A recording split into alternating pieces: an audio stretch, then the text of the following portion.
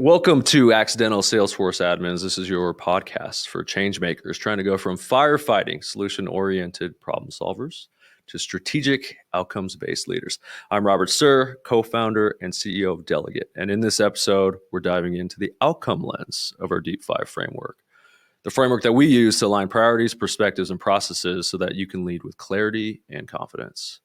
Here's a challenge. As Accidental Salesforce Admins, the do-it-all magicians, the glue of your operations, you've been trained to think in terms of solutions, deliverables, features, checklists. But real leadership isn't about delivering a solution. It's about delivering an outcome. The outcomes lens is the foundation for any successful project, because if you're not clear about the why, you're going to struggle to align your team to make effective decisions or deliver any real value.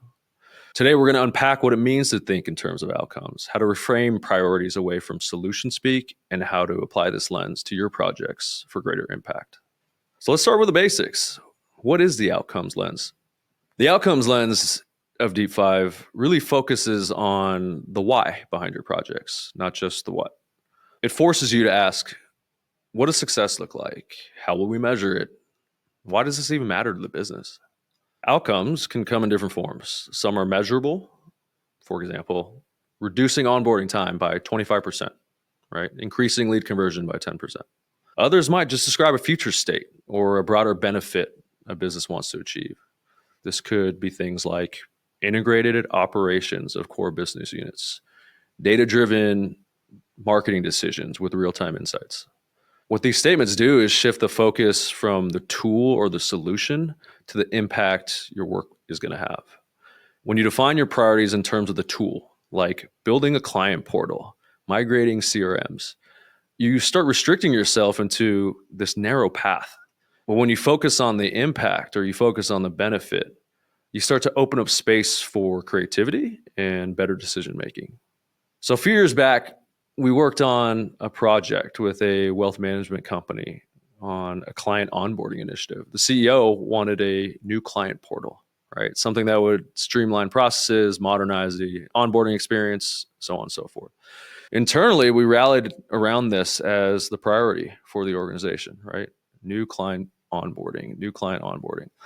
Everyone was excited. There was finally a chance to replace some outdated tools that had been giving everyone headaches and create something new and shiny that clients would love. When we kind of launched this initiative and kicked this off, there was a ton of energy. Everyone was excited for the solution that was going to come. 3 months later, though, there was a little bit of an unexpected challenge, right? 3 months post-launch, onboarding times had barely improved. The 20-day average didn't budge, right? And drop-offs during the initial phases stayed really, really high. The CEO wasn't mad, but he was visibly disappointed. From his perspective, the portal was supposed to solve some of these client onboarding issues. And while the portal looked sleek and modern, it really didn't deliver on the transformational change that the business really needed. The problem wasn't the technology itself. It wasn't the portal itself, but it was the way that we approached it. So how do you apply the outcome lens in your work? Let's break this down into 3 strategies. Number 1, start with the press release. One of the most powerful lessons that I learned earlier on in my product management career was the importance of starting with the end in mind. Amazon's product team was famous for this practice. Before building anything, they'd write the press release, this hypothetical press release that would accompany the launch of any new product or feature. The idea was kind of simple, but for me, it was a game changer, right? It helped me imagine the story, the ideal story that you'd tell the world once the work was complete. Think about what you'd want people to know, how you'd want them to feel, and celebrate when they see the results. What this practice actually does is helps you ask yourself, what problem is this going to solve? Who's going to benefit from this and how? What measurable or even qualitative impact is this going to have? And my favorite one is, how did this change the world? Or at least in your case, how did this change your organization? When I applied this mindset to later projects like the onboarding portal, I realized how much clarity it brought to the process, right? If we had written a press release or a headline even for that project, it might have said, client onboarding times reduced from 20 days to 15, increasing client retention by 30%. This simple exercise would have reframed the project entirely, right? Instead of getting caught up in features or functionality, we would have focused on the real outcome the CEO wanted, which was faster onboarding and fewer drop-offs. It's not about the press release itself. In fact, you don't even have to share this with anyone. But this whole practice is about the discipline of defining success so clearly that every decision you make aligns with this outcome. Number 2, let's change the way we speak. Language shapes how we think and work. One of the simplest ways to apply the outcomes lens is to stop labeling projects with solution speak. For example, instead of a project being referred to as build lead routing tool, what if we started calling it lead conversion excellence? Instead of a project being called merge Salesforce orgs, what if we called it the one team, one platform initiative? When we refer to the wealth management project as client onboarding portal in planning meetings and proposal documents and roadmap sessions, we buried the headline. The real goal wasn't the portal. It was faster onboarding and fewer drop-offs. A name like maybe onboarding warp speed or 20 to 15 initiative. I don't know. I'm not in marketing. But even that would have kept everyone focused on the outcome of reducing onboarding from 20 days to 15. By focusing on outcomes, you create clarity and you inspire the action that's needed. Number 3, let's challenge our stakeholders' solution speak. When the CEO asked us for a client portal, we didn't dig deep enough, and that's on us. Our job as change makers, as leaders on these projects, isn't to just take orders. It's to ask the right questions, right? I should have asked, what's the real goal? What's the problem we're solving for? What's the outcome that we're aiming for?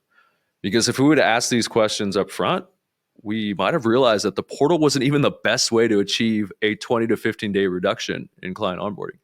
Our data showed that simply tweaking maybe some back-end approval workflows might have actually been a faster, way more cost-effective solution to meet this outcome.